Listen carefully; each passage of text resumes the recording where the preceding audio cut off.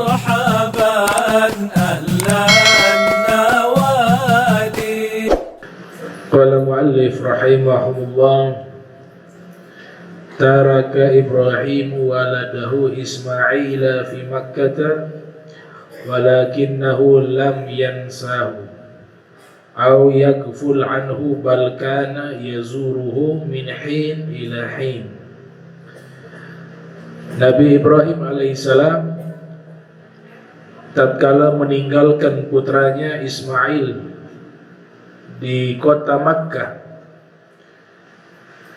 terpisah, akan tetapi beliau tidak pernah melupakan putranya Nabi Allah Ismail dan juga istri beliau Siti Hajar. Aw yaghful anhu bal kana yazuruhu min hin ila hin, atau melupakan mereka. Bahkan Nabi Ibrahim sering berkunjung dari waktu ke waktu untuk melihat keadaan putra beliau Nabi Ismail dan juga istri beliau Siti Hajar. Di dalam buku-buku sejarah dinyatakan pertama kali Nabi Ibrahim bertemu dengan Nabi Ismail sudah sekian tahun ditinggal. Di dalam tafsir Ma'alimut Tanzil yang ditulis oleh Al-Imam Al-Baghawi, dilahirkan tahun 433 Hijriah, wafat 510 Hijriah. Usia Nabi Ismail ketika Nabi Ibrahim kembali bertemu dengannya ada dua pendapat. Pendapat pertama usia 7 tahun, pendapat kedua 13 tahun. Jadi ketika ditinggal Nabi Ismail dengan Siti Hajar di kota Makkah, 7 tahun kemudian Nabi Ibrahim diperintahkan oleh Allah Subhanahu wa Ta'ala untuk bertemu dengan Nabi Ismail. Namun pertemuan itu dinyatakan di sini, wa fi ihda hadhihi ziyarati ra'a Ibrahimu fi manamihi anna Allah ya'muruhu bi dhibhi waladihi Ismaila. Nah, kunjungan ini atau pertemuan antara Nabi Ibrahim dengan Nabi Ismail setelah sekian lama berpisah itu ada sebabnya, yakni Nabi Ibrahim bermimpi. Nabi Ibrahim bermimpi Allah Subhanahu wa Ta'ala memerintahkan beliau untuk menyembelih bizibhi, anaknya Nabi Ismail. Jadi bisa dibayangkan, sudah lama terpisah, selama itu beliau rindu kepada putranya, rindu kepada istrinya, terutama putranya Nabi Ismail. Allah izinkan untuk bertemu, namun pertemuan tersebut ada perintah dari Allah agar putranya itu dikurbankan, disembelih, dzibhi. Ini kalau orang-orang biasa seperti kita tidak akan mampu, tapi ini mereka para nabi. Maka Nabi Ibrahim meyakini perintah tersebut dari Allah, karena ru'yatul anbiya'i wahyun, mimpinya para nabi adalah wahyu. Wa ru'yal anbiya'i haqqun li'annaha bimathabatil wahyi minallah.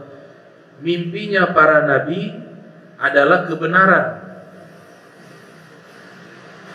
Ibnul Qayyim yang lahir 691 Hijriah wafat 751 Hijriah.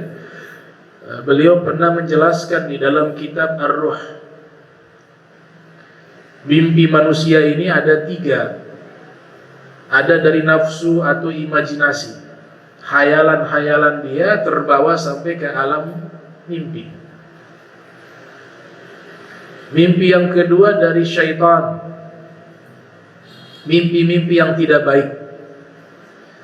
Mimpi yang ketiga adalah ilham, anugerah atau ilham dari Allah Subhanahu wa ta'ala. Nah, para nabi terjaga dari mimpi yang berasal dari syaitan. Para nabi terjaga dari mimpi yang berasal dari nafsu, dari khayalan. Para nabi hanya mendapatkan mimpi dari ilham atau wahyu dari Allah Subhanahu wa ta'ala. Oleh sebab itu, para nabi itu tidak pernah mengalami mimpi basah. Semua para nabi tidak pernah mengalami mimpi basah. Nah, kita, mimpi basah itu menjadi standar hukum orang itu sudah dewasa. Namanya balik. Alamatul buluk thalathun. Para ahli fikih menyatakan tanda-tanda orang yang sudah balik 3. Tanda-tanda orang yang sudah balik 3. Yang pertama, genap usia 15 tahun. Fi dzakari wal untha. Baik dia laki-laki atau perempuan. Artinya jika ada orang tidak pernah mengalami mimpi basah,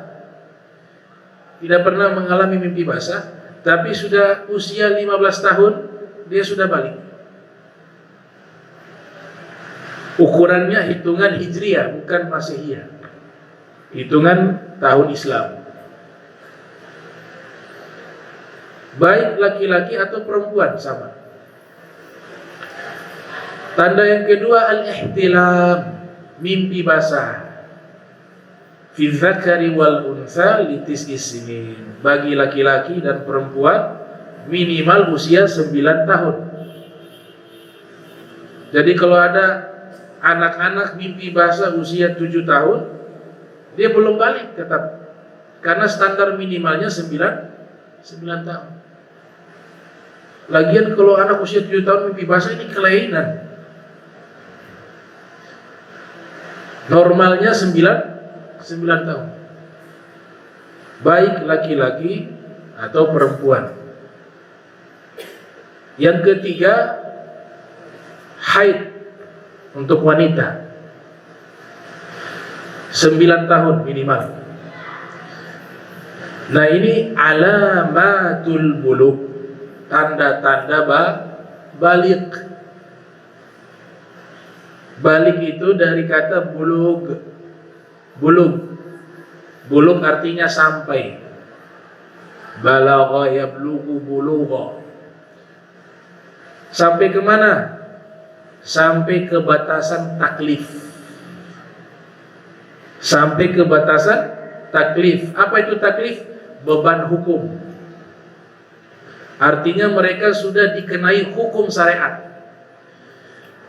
Buat dosa, ditulis dosa. Tinggalkan sholat, berdosa. Tinggalkan puasa di bulan suci Ramadan, berdosa. Itu dihitung sejak usia balik.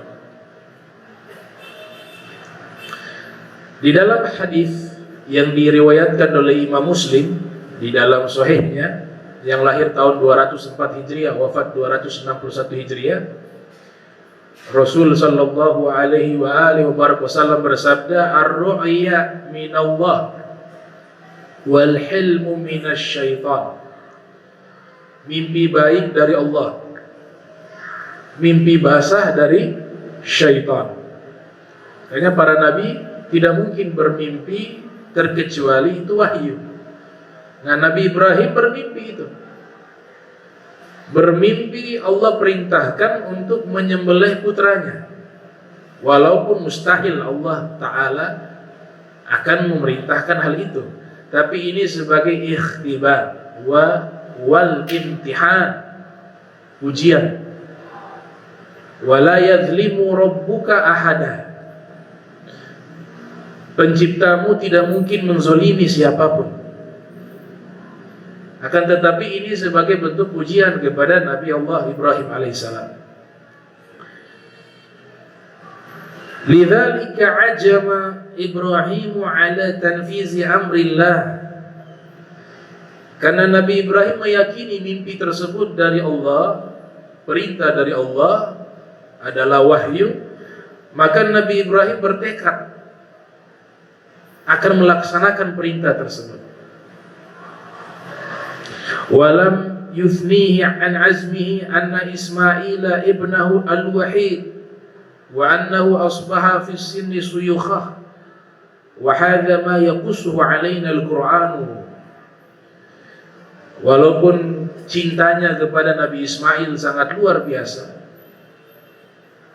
sayangnya kepada Nabi Ismail sangat luar biasa, bahkan kerinduannya yang sudah lama berpisah, namun ketika bertemu perintahnya disuruh sembelih, itu tidak mudah. Tapi beliau utamakan perintah Allah. Berangkat. Nabi Ibrahim waktu itu sudah usia sepuh, sudah tua. Nabi Ismail sebagaimana yang dijelaskan oleh Al-Imam Al-Baghawi di dalam tafsirnya Ma'alimut Tanzil, usia Nabi Ismail pada waktu itu 7 tahun atau 13 tahun. Dan sebagian ulama ahli tafsir mengatakan ini pertemuan pertama kali Nabi Ibrahim dengan Nabi Ismail sejak Nabi Ibrahim meninggalkan Nabi Ismail dengan istrinya Siti Hajar. Namun ketika Nabi Ibrahim kembali, sudah ada pemukiman.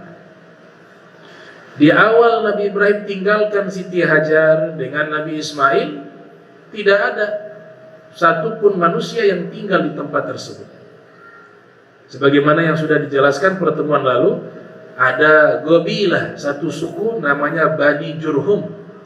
Mereka yang bermukim di kota Makkah Al-Mukarramah. Allah Subhanahu wa taala abadikan kisah ini di dalam Al-Qur'an di surat As-Saffat. Di surat As-Saffat. Wa qala inni dhahibun ila rabbi sayahdini. Nabi Ibrahim alaihissalam berkata, sesungguhnya saya akan pergi menemui penciptaku, dia akan berikan petunjuk kepadaku. Al-Imam Qatadah menyatakan makna pergi di sini bi'amalihi wa qalbihi wa niyatihi. Beliau pergi membawa amal, bukan pergi menemui Allah. Mendekatkan diri kepada Allah dengan amalnya, dengan hatinya, dengan niatnya. Bi'amalihi wa qalbihi wa niyatihi. Rabbi habli minas salihin. Nabi Ibrahim berdoa sebelumnya, ya Allah anugerahkanlah kepadaku anak dari golongan orang-orang yang soleh. Kata hab di sini dari kata wahaba. Al-Imam Fakhruddin Ar-Razi yang lahir tahun 544 Hijriah, wafat 606 Hijriah, menyebutkan di dalam kitab tafsirnya Mafatihul Ghaib, kata al-hibah yang diambil dari kata wahaba itu biasanya memiliki arti anak. Kalau kita terjemahkan artinya anugerah. Nah, anugerah terbesar yang Allah berikan kepada seorang hamba itu adalah anak. Oleh sebab itu, kata al-hibah di dalam Al-Quran diambil dari kata wahabah, kami anugerahkan, paling banyak menceritakan tentang pemberian Allah kepada hambanya berupa anak. Kami anugerahkan kepada Zakaria Nabi Yahya, kami anugerahkan Nabi Yakub, kami anugerahkan Nabi Ismail. Nah, itu artinya anugerah di situ artinya anak. Fabasyarnahu bigulamin halim. Fabasyarnahu bigulamin halim. Maka kami berikan kabar gembira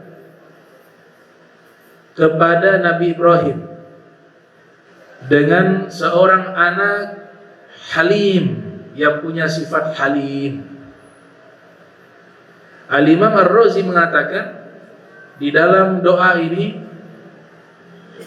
ada 3 isi daripada doa tersebut, 3 makna di dalam doa tersebut. Yang pertama, Allah akan berikan kepada Nabi Ibrahim anak laki-laki. Karena di sini disebut kata gulam. Gulam itu artinya seorang anak laki-laki. Makna kedua, anak ini akan terlahir sehat hingga di waktu balik. Karena di situ ada sifat halim. Halim itu sifat penyabar. Halim menurut para pakar bahasa seperti Imam Ar-Raghib Al-Asfahani di dalam kitab Mu'jam Mufradati Al-Fadhil Quran, makna halim itu adalah dhabtun nafs wa tab'i an hayjanil ghadab, menahan diri dan menahan emosi ketika memuncak kemarahan.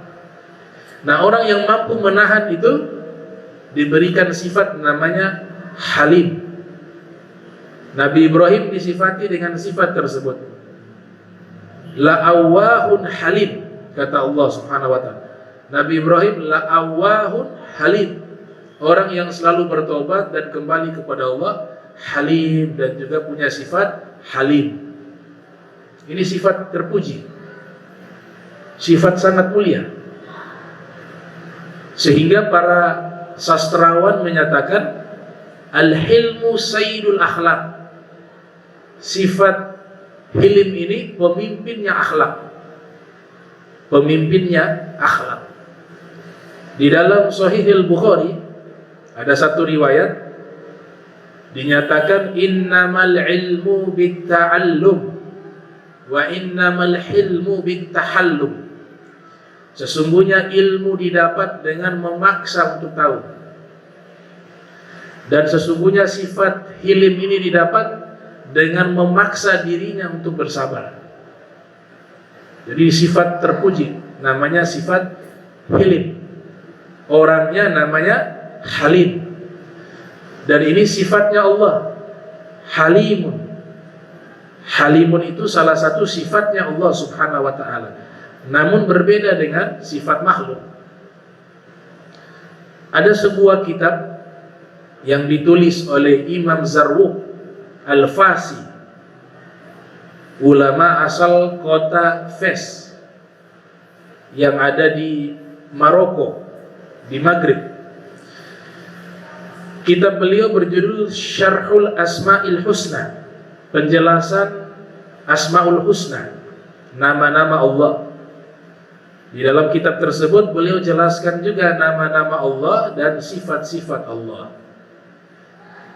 Beliau jelaskan sifat Allah Al-Halim itu memiliki arti jika ada hamba Allah melakukan maksiat, melakukan pelanggaran, melakukan dosa-dosa, Allah Ta'ala tidak langsung mengazab dia, tapi Allah menunda kemarahannya untuk diberikan kesempatan kepada hambanya bertobat. Nah, itu sifat halimnya Allah. Sifat halimnya Allah.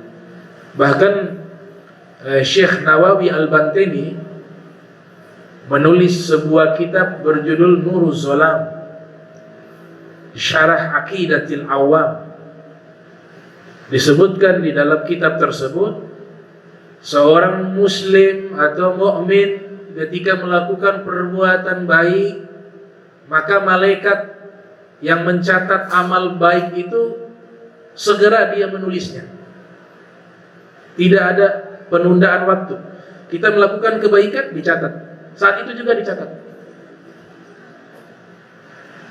Namun jika kita melakukan dosa, malaikat yang mencatat dosa itu tidak langsung mencatat. Malaikat yang menulis amal baik kita mengatakan kepada malaikat yang menulis amal buruk, tamahal. Tamahal. Wahai malaikat pencatat amal dosa, tamahal. Sabar dulu. Jangan buru-buru kau tulis. La'allahu yatub ila Allah. Mungkin sebentar lagi dia bertobat. Ini bagian dari sifat halimnya Allah. Ini regulasi dan aturan yang membuat Allah. Malaikat hanya pelaksana. Itu menunjukkan Ar-Rahman Ar-Rahimnya Allah luar biasa. Inna rahmati sabagat ghadabi. Rahmatku mengalahkan kemurkaanku, kata Allah. Rahmatnya Allah mengalahkan kemurkaanku. Kita buat amal baik, dicatat langsung. Saat itu juga dicatat. Tapi ketika melakukan dosa, malaikat penulis catatan amal baik mengatakan kepada malaikat yang menulis catatan dosa, tamahal, tunggu sebentar, jangan kau tulis. La'allahu yatub ila Allah. Bisa jadi sebentar dia bertobat kepada Allah Subhanahu wa taala. Maka malaikat yang mencatat amal buruk tersebut, dia menunggu hamba itu. Menunggu. Berapa lama? 6 sa'atin. 6 jam. Tunggu. 1 jam belum bertobat, 2 jam, 3 jam, 4 jam, 5 jam, 6 jam. Ketika 6 jam diberikan kesempatan bertobat, hamba tersebut tidak mau bertobat, malaikat pencatat amal buruk itu dia menulis dalam keadaan marah. Dia mengutuk. Gitu. Malaikat yang menulis amal baik tidak bisa lagi membela kita, karena sudah dikasih kesempatan tapi tidak mau bertobat. Oleh sebab itu, innallaha yuhibbut tawwabin wa yuhibbul mutatahhirin. Allah nyatakan Allah sangat cinta kepada orang yang senang bertobat. Senang bertobat. Salat kita saja diistighfarkan. Nabi mengajarkan selesai salat 5 waktu kita membacakan istighfar 3 marrat. Astaghfirullahaladzim, astaghfirullahaladzim. Itu sunnah. Selesai sholat, sunnahnya membaca istighfar. Kenapa demikian? Mungkin di dalam sholat kita sedang menghadap Allah, pikiran kita kemana-mana. Kita tidak beradab, berakhlak kepada Allah. Maka sholat kita ini, ya Allah, tolong diampuni. Sholat kita minta diampuni oleh Allah. Makanya Nabi ajarkan istighfar. Gitu. Karena kita harus akui kita banyak kekurangan di dalam melaksanakan kewajiban-kewajiban kita kepada Allah Subhanahu wa taala. Gitu. Istighfar. Rabi'ah Adawiyah mengatakan istighfaruna yahtaju ilal istighfar. Istighfar kita butuh kepada istighfar. Istighfarnya kita butuh kepada istighfar. Maknanya bahwa ada kalanya kita bertobat tapi belum sungguh-sungguh. Makanya taubat kita diistighfarkan lagi. Itu pemahaman Rabi'ah Al-Adawiyah. Walhasil sifat halimnya Allah ditunda. Ini hamba buat dosa, tamahal. Malaikat pencatat amal baik mengatakan pelan-pelan, jangan dulu tulis. 6 jam baru ditulis. Luar biasanya lagi sifat halimnya Allah, sifat pemurahnya Allah, sifat sabarnya Allah. Kita ketika niat ingin melakukan satu kebaikan, man hamma bihasanatin, siapa yang ada keinginan melakukan satu kebaikan tapi ada halangan, ada uzur, maka kataballahu indahu hasanatan kamilatan. Allah mencatat dari niatnya dia itu, keinginannya dia itu, satu kebaikan sempurna. Padahal kita tidak lakukan. Jika ada uzur yang benar-benar tidak disengaja. Oleh sebab itu, di dalam satu riwayat dinyatakan, siapa yang idza awa ilal firash, idza awa ahadukum ilal firash, apabila salah seorang dari kalian ingin pergi tidur, atau kama qala Nabi sallallahu alaihi wasallam, kemudian dia niat, ya Allah sebentar malam saya ingin sholat tahajud, ada keinginan, ternyata kenyataannya lewat sholat tahajud, dia bangunnya sudah sholat subuh. Apa kata Nabi? Dicatat dia melaksanakan sholat tahajud. Karena apa? Karena ada niat. Kemudian uzurnya tidak disengaja. Adapun niat yang baik, wa man hamma bihasanatin fa'amila biha. Sudah ada niat baik, niat baik itu dia lakukan. Allah Subhanahu wa taala menulis satu kebaikan dilipat gandakan menjadi 10 kali lipat, bahkan 700 kali lipat, bahkan tidak terhitung berapa banyak. Kita niat dapat satu pahala sempurna, niat baik dapat satu pahala sempurna. Kemudian niat baik ini kita lakukan, dilipat gandakan pahalanya. Itu yang dikatakan oleh Nabi, niatul mu'min khairun min amalih. Niat orang beriman lebih baik dari amalnya. Al-Habib Abdullah Al-Haddad mengatakan, rubba qalilin katharatun niyah wa rubba kathirin qallalatun niyah. Ada kalanya amalannya sedikit, tapi niat baiknya banyak, maka pahalanya berlipat ganda. Pahalanya banyak. Ada amalannya banyak, niat baiknya sedikit, pahalanya menjadi sedikit. Jadi niat itu satu hal yang sangat penting, karena dia menjadi fondasi. Kasyajar, ya thayyibah.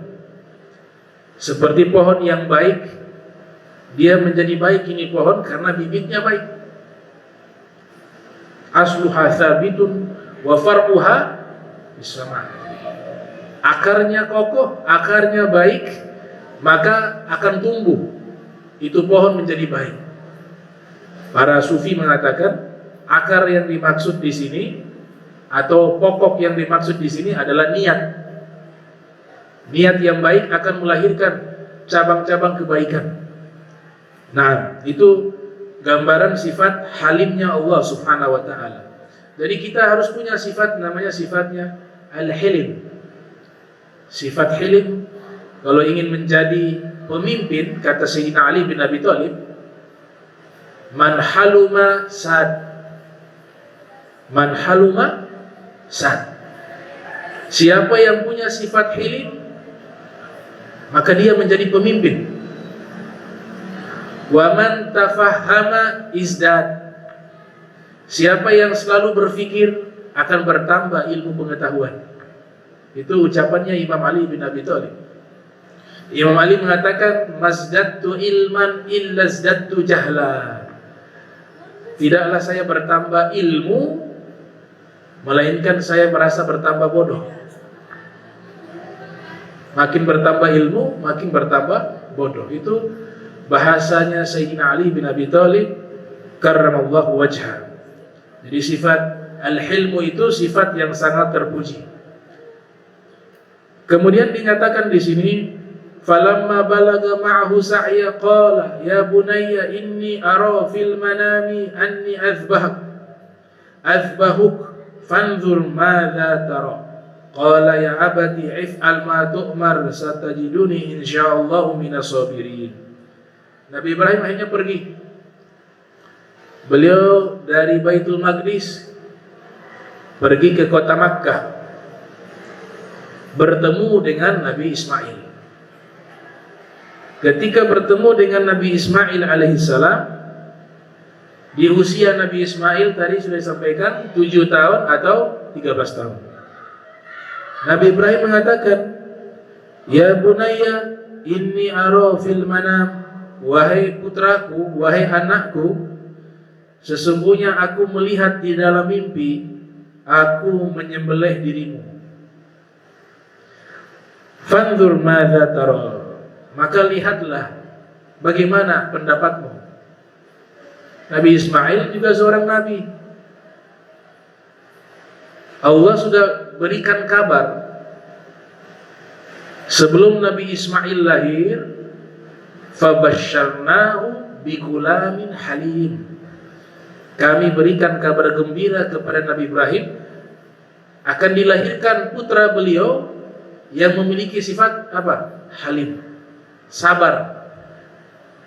Maka di sini terlihat sifat halimnya Nabi Ismail.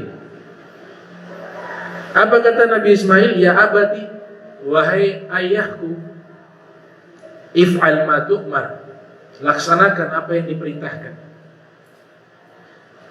Satajiduni insyaallah minas sabirin. Kau dapati diriku insyaallah dengan izin Allah termasuk orang-orang yang sabar. Persamaan sifat halim itu sabar. Jadi Allah sudah men-setting ini keluarga pasti lolos ujian. Makanya yang dipilih keluarga Ali Ibrahim, keluarganya Nabi Ibrahim. Suaminya punya sifat halim. Suaminya Siti Hajar, Nabi Ibrahim punya sifat halim. Siti Hajar juga begitu. Ternyata Nabi Ismail juga sama. Kalau ada yang kurang salah satunya, pasti perintah ini akan rusak. Tapi karena semuanya sudah dipilih oleh Allah Subhanahu wa taala, orang-orang yang punya sifat sabar dan taat kepada Allah Subhanahu wa taala. Kalimat yang digunakan oleh Nabi Ismail, ya abati, ya abati, wahai ayah atau wahai ayahku. Nah, kata ayah dinisbatkan kepada Nabi Ibrahim itu maknanya bukan hanya ayah yang sifatnya biologis. Kita semua ini adalah anak-anak. Ayah-ayah spiritual kita, ayah-ayah ruhania kita itu para nabi. Makanya disebut guru-guru dengan kata abuya. Abuya artinya apa? Ayahku. Jadi ayah jangan dipahami hanya anak yang dilahirkan oleh seorang bapak tersebut. Lewat bapak itu anak ini lahir. Kita panggil dengan ayah. Tapi ada derajat ayah tertinggi. Ayah ruhaniyah. Orang-orang sufi mengatakan Abu Ruhaniyah. Abu Ruhaniyah. Ayah rohani yang membimbing, mendidik jiwa kita, ruh kita. Itu yang paling tertinggi dari semuanya. Ayah yang nomor satu adalah Nabi Muhammad SAW. Kemudian ayah berikut kita adalah para nabi, para rasul. Ayah berikutnya adalah para guru. Ayah berikutnya adalah ayah yang dengan sebab dia kita lahir. Ayah yang berikutnya adalah mertua. Itu derajat ayah. Ada satu riwayat dikatakan abauka, ayah-ayahmu ada 3. Ayah-ayahmu ada 3. Abuka alladzi waladak. Yang pertama, ayahmu yang dengan sebab dia engkau lahir. Ini ayah biologis. Ini punya hak sangat tinggi, termasuk minal kabair. Ada 2 kitab yang membahas tentang dosa-dosa. Kitab pertama ditulis oleh Imam Az-Zahabi yang lahir 673 Hijriah, wafat 748 Hijriah. Beliau tulis kitab tersebut mengumpulkan dosa-dosa besar beserta azab-azabnya. Nama kitabnya Al-Kabair, artinya dosa-dosa besar. Kitab kedua ditulis oleh Ibnu Hajar Al-Haytami yang lahir tahun 909 Hijriah, wafat 974 Hijriah. Menulis kitab kumpulan-kumpulan dosa-dosa berjudul Az-Zawazir an Iktirafil Kabair. Kitab ketiga ditulis oleh ulama abad ketiga Hijriah, Abu Thalib Al-Makki, menulis kitab tasawuf berjudul Qutul Qulub. Ada satu fasal khusus mereka bahas, ada dosa sifatnya per anggota tubuh. Dosa mencuri, berarti yang lakukan tangan. Nanti azabnya paling besar yang mencuri tangan. Makanya hukumannya itu, hukumannya dalam hukum Islam apa? Potong tangan. Karena yang melakukan pencurian, anggota tubuh yang paling berperan tangan. Tidak ada orang mencuri pakai mulut. Pasti yang pertama tangan. Maka ada yang namanya ismu al-yadi. Ismu al-yadi, dosa tangan. Ada juga dosa lisan. Nah, ini ulama memberikan kajian khusus. Dosa yang paling banyak itu ternyata bukan di tangan, bukan di kaki, bukan di perut. Di antara seluruh organ tubuh kita, dosa yang paling banyak dan paling mudah dilakukan lisan. Imam Haddad mengatakan bentuknya kecil, bahayanya besar. Bentuknya kecil, bahayanya besar. Coba kita hitung dosa-dosa lisan, lebih banyak dari dosa tangan. Fitnah dari mana? Dari lidah. Caci maki, menggunjing, berbohong, menuduh, tuduhan-tuduhan palsu, sumpah palsu. Itu dibahas menjadi satu kitab. Ada satu kitab khusus membahas dosa lisan. Itu lidah. Tapi zaman sekarang sudah ada kawannya, tangan sekarang sudah masuk kepada lisan. Karena kita bisa berbohong dengan tangan sekarang. Dengan jari-jari kita bisa berbohong dengan menggunakan handphone kita. Yang luar biasa, saya juga heran. Imam Ghazali sudah menulis masalah itu, bahwa beliau mengatakan innal al-lisan, ya, innal kitabata ahadul lisanain. Tulisan yang ditulis oleh jari jemari itu adalah salah satu dari 2 lisan. Sehingga beliau katakan dosa dengan jari dan lidah itu sama. Zaman sekarang baru bisa masuk ke dalam pikiran. Oh, ternyata dosa tangan dengan lisan itu sama. Maksud daripada Imam Ghazali, mungkin di zaman akan datang muncul dosa-dosa lewat jari jemari, tapi dosa-dosa itu adalah biasa dilakukan oleh lidah. Memfitnah bisa. Malahan lebih bahaya sekarang bagi jari, karena tersebar begitu luas. Membuat berita-berita palsu, berbohong, dan seterusnya lewat jari. Jadi semua organ tubuh kita ini punya dosa. Kemaluan juga begitu. Kemaluan itu disebutkan orang yang berzina, yang belum bertobat, disebutkan di dalam kitab tafsirnya Al-Imam Asbahani. Itu di dalam Al-Quran disebut kulit-kulit mereka berbicara di hari kiamat. Kulit-kulit mereka berbicara. Kalau di surat Yasin kan tangan sama kaki.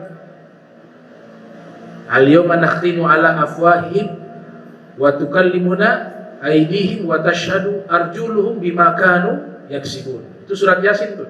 Mulut dikunci. Yang bicara apa? Tangan. Dosa-dosanya dia ceritakan. Yang bicara kaki. Nah, di ayat yang lain disebut kulit-kulit mereka juga berbicara atau menjadi saksi. Itu ditafsirkan para penzina yang belum bertobat kepada Allah Subhanahu wa taala, nanti di hari kiamat kemaluannya berbicara. Saya pernah zinahi ini, zinahi ini, zinahi ini. Wah, luar biasa. CCTV-nya canggih. Kalau CCTV yang ada ini terbatas, sini saja. Tapi kita ini tidak sadar kita punya CCTV dalam kehidupan kita. CCTV yang paling terbesar pertama apa? Bumi. Idza zulzilatil ardu zilzalaha wa akhrajatil ardu athqalaha wa qala al-insanu ma yauma idzin tuhadditsu akhbaraha. Di hari kiamat bumi mengabarkan apa yang dilakukan oleh manusia di atasnya. Itu dalam tafsir. Ini CCTV paling terbesar. CCTV berikutnya ini tangan, surat Yasin tadi, kaki, dua malaikat, Raqib wal Atid, wa ma yalfidhu min qawlin illa ladai Raqibun Atid. Tidaklah mengucapkan sepatah kata melainkan ditulis oleh Raqib dan Atid. Apalagi kemaluan merekam. Kita gak bisa lolos. Satu-satunya cara, kata ulama, kalau mau dosa kita tidak dibuka oleh Allah di hari kiamat, sebelum meninggal dunia kita taubat.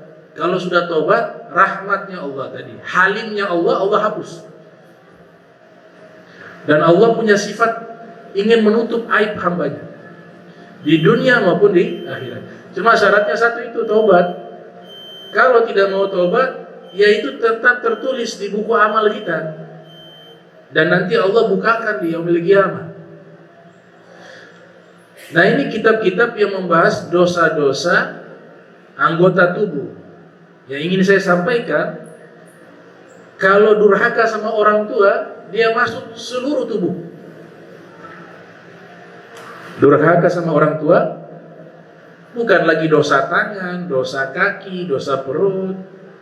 Dosa perut makan makanan yang haram, dosa kemaluan berzina, dan lain-lainnya. Dosa tangan mencuri, dosa kaki berjalan ke tempat yang tidak baik, dosa lisan mencaci maki, memfitnah, menggosip, menggunjing, dosa mata melihat yang haram, dosa telinga mendengar yang haram. Tapi kalau durhaka sama orang tua, semuanya satu paket. Semua tubuh ini dari ujung rambut sampai ujung kaki berdosa. Makanya uququl walidain namanya. Uququl walidain, durhaka kepada kedua orang tua itu dipastikan dalam neraka. Kata pasti dari mana? Allah menyatakan, jangan mengatakan kepada mereka uff. Uff. Kalau bahasa kita, Saya punya guru, Sayyidul Walid Al-Habib Abdurrahman bin Ahmad As-Saqqaf. Saya tidak ketemu langsung belajar kepada beliau, tapi lewat putra beliau dan murid-murid beliau. Mereka katakan kepada saya, Sayyidul Walid Al-Habib Abdurrahman bin Ahmad As-Saqqaf menafsirkan ayat tersebut bukan hanya kata ufiu, menarik nafas juga masuk di ayat itu. Biasanya kalau orang tua suruh kan, tolong sini. Nah itu sudah masuk ke mana? Dosa durhaka kepada kedua orang tua. Jadi tidak gampang, ini adab yang Nabi ajarkan ini tinggi. Imam Husain wa fir riwayah al-Imam Ali Zainal Abidin wa fir riwayah Imam Hasan tidak pernah makan bersama ibunya Sayyidah Fatimah, enggak pernah. Padahal terkenal sangat bakti kepada ibunya. Ditanya kepada beliau, engkau sangat bakti kepada ibumu, tapi kami tidak pernah melihat engkau makan bersama ibumu. Kalau tiba waktu makan, yang makan itu ibumu sendiri. Selesai ibu makan, baru engkau makan. Apa kata beliau? Benar, saya tidak pernah makan bersama ibu saya, karena saya takut ada menu makanan di meja makan itu. Ibu saya lihat itu makanan, dalam hatinya ingin makan itu. Saya tidak sadari itu, saya ambil. Saya takut itu bagian daripada durhaka kepada ibu saya. Jadi ibunya ingin ini, dia tidak tahu, diambil. Makanya saya pilih ibu saya selesai makan, baru saya makan. Terserah mau habiskan, tidak masalah. Yang penting jangan sampai saya mengambil sesuatu yang disukai oleh ibu saya. Itu akhlak mereka seperti itu. Al-Imam Hasan, wa fi riwayah Al-Imam Ali Zainal Abidin. Dan mereka bukan hanya hormat kepada ibu, orang tua mereka, tapi guru mereka juga. Ada dalam kitab Al-Akhlaqul Ilbani, bagaimana beradab kepada orang tua yang paling tertinggi. Kata Nabi kan 3 tadi. Ayahmu yang sebab dia kau lahir. Yang kedua, abukal ladzi zawazaka bintahu. Ayah yang menikahkan dirimu dengan putrinya. Apa? Mertua. Itu juga ayah. Yang ketiga, abukal ladzi 'allamaka.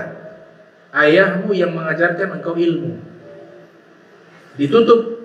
Yang ketiga ini paling afdol. Kalau gurunya yang menyampaikan usul, menyampaikan kita kepada Allah, mengenal ini syariat dengan baik, itu dikatakan sebagai ayah. Makanya penghormatan dilakukan tiga-tiganya ini. Mereka lakukan penghormatan khusus kepada orang tuanya seperti tadi. Al-Imam Ali Zainal Abidin, kepada mertua juga begitu. Nah, kepada guru, ini kami baca di kitab Al-Akhlaqul Ilbani, ada seorang syekh, gurunya sudah meninggal dunia. Dia jadi ulama besar karena sebab didikan gurunya yang sudah meninggal ini. Satu ketika majlis beliau dihadiri ribuan orang. Beliau lagi mengajar. Beliau ini diberikan tugas di saat gurunya masih hidup, di waktu-waktu tertentu memberikan makan ayam. Jadi ada ayam yang dicintai oleh sang guru. Piara ayam satu itu guru paling cinta sama ayam itu. Dan dia kenali karena dia yang tugas memberikan makan.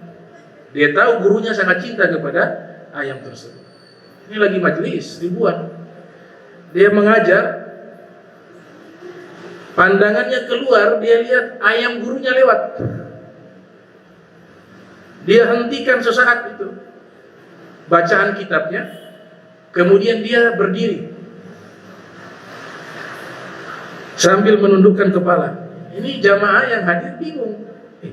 Tiba-tiba berhenti, berdiri, menundukkan kepala, penghormatan. Mereka lihat di belakang tidak ada orang, hanya ada satu ekor ayam lewat. Nanti ayam itu sudah lewat, sudah tidak dilihat oleh pandangan matanya, dia kembali duduk.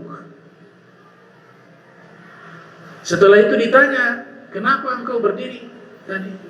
Ada kawan-kawannya yang ulama juga bertanya. Dia mengatakan, saya menghormati ayam guru saya yang lewat tadi, karena guru saya sangat cinta kepada ayam tersebut. Ini tidak masuk bab syirik. Bab syirik itu, ayam itu Tuhan kita, itu syirik. Itu simbol penghormatan. Simbol penghormatan dalam Islam diajarkan. Batu sunnahnya cium Hajar Aswad. Apakah itu Tuhan? Bukan, itu simbol penghormatan. Bendera Indonesia kita hormat, bukan kita menyembah, tidak. Simbol penghormatan. Di situ ada nilai-nilai perjuangan. Bendera Nabi Muhammad adalah ilallah Muhammad Rasulullah. Jatuh, sahabat tidak biarkan jatuh di tanah. Mereka korbankan nyawa untuk simbol itu. Penghormatan, bukan ibadah. Kalau ibadah syirik. Gitu. Jadi jangan terlalu cepat menyimpulkan satu hukum, bahaya. Jadi ada orang syirik, walaupun dia tidak syirik, hukumnya dia jadi syirik. Ada. Syirik kan apa? Man abadallah ma ghairi. Itu definisi syirik itu. Atau musyrik orangnya. Siapa yang menyembah Allah dengan Tuhan-Tuhan lainnya. Menyembah, bukan menghormati. Man abadallah ma ghairi. Ada orang tidak pernah melakukan kesyirikan, tapi dia dihukumi sebagai orang yang melakukan kesyirikan. Ada. Siapa itu? Yang menuduh orang yang tidak syirik menjadi syirik. Nabi katakan, man qala li akhihi ya kafir faqad ba'a biha ahaduhuma.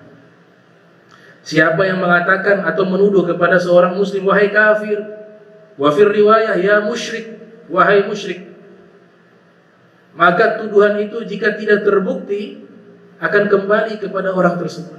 Nah, orang ini jadi musyrik tapi dia tidak praktek kemusyrikan, tapi karena gampang menuduh orang muslim syirik, dia kembali kepadanya. Nah, ini satu dosa yang harus kita hindari. Ada kitab namanya Al-I'lam biqawati'il Islam. Al-I'lam biqawati'il Islam, karya Ibnu Hajar Al-Haytami. Di situ beliau kumpulkan beberapa amalia, perbuatan atau dosa yang bisa menyebabkan orang itu murtad. Khusus kitab itu namanya Al-I'lam biqawatil Islam. Insyaallah kita akan lanjutkan lagi kajian kita tentang Nabi Ibrahim alaihissalam. Bismillahirrahmanirrahim. Alhamdulillahirabbil alamin. Allahumma shalli wa sallim ala sayyidina Muhammad wa sayyidina Muhammad. Allahumma jam'ana hadza jam'a marhuma wa tafarraqa min ba'di tafarraqa ma'suma wa la tajal minna wa la minna syaqiyan mahruma. Allahumma nadhir qulubana 'an ta'alluqi biman dunak waj'alna min qaumin tuhibbuhum wa yuhibbunak. Subhanaka bihamdika asyhadu an la ilaha illa anta astaghfiruka wa atubu ilaik. Wa sallallahu ala sayyidina Muhammadin wa ala alihi wa sahbihi wa barik wa sallam. Wa lafu minkum. Wassalamu alaikum warahmatullahi wabarakatuh.